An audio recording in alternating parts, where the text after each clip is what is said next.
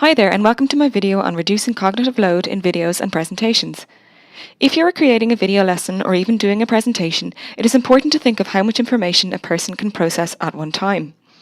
So in my video, I'll be talking about avoiding cognitive load, or in other words, too much text, images and narration all at once in your presentations. Let's think about this a little more and talk about how the mind works. Humans have two separate channels, or a dual channel in their brain to process information.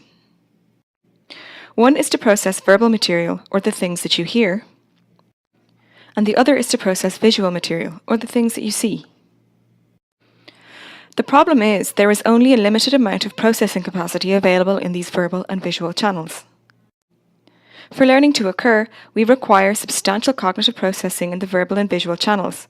In other words, a lot is going on in your brain as you take things in through your eyes and through your ears. Because your eyes take in words and images, things can get a little confusing.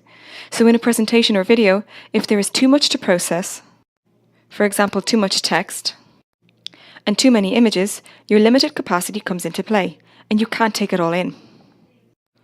Say, for example, you are watching a representation of how lightning works. And let's say there are images to represent parts of the process, and then loads of text added to explain the process. Now imagine someone talking over it too. Do you think you could take all that information in a 30-second period? Well, the answer is probably not. What is happening here is called a split attention effect, because the learner's attention is split between looking at the images and reading the text. Take a look at this screen. It looks fine if you consider it's in a textbook and you have time to look at it, right? But this is an online course for engineers. On the bottom right there is a timer, which means the page lasts for about 10 seconds when it then moves on to this screen. And this moves on to the next, and so on. Now imagine there is someone talking over all of this to try and explain it all in that set time frame. You would feel totally overwhelmed, right?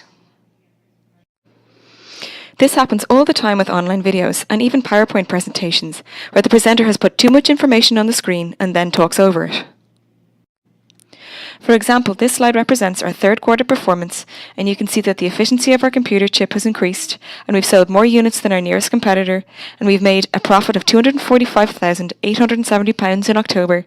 And from this graph on the right here, you can see... Hold on a second. Did you catch how much the cost reduction was? Did you take away any of the detailed information? It's too much all at once, right? You're experiencing cognitive load. Well, the good news is that there is a solution to this problem. Instead of using loads of text, you can present the words as narration and use simple images to demonstrate a point, much like I'm doing in this presentation. This means that the learner can listen to an explanation while at the same time watch the images and the diagrams. Use circles and arrows to highlight what you are referring to in any given moment, and keep text to a minimum. So to summarise, when making video lessons or presentations, an effective way to ensure your learners retain what they are learning and avoid cognitive load is to keep things simple on your screen. Here are some final basic tips on all of this. Don't use too much information or text in one slide. Use clear and simple narration. Use simple images that are supportive of the narration. And finally, use arrows and circles for emphasis. And that's it for now. I hope you enjoyed my presentation. Good luck!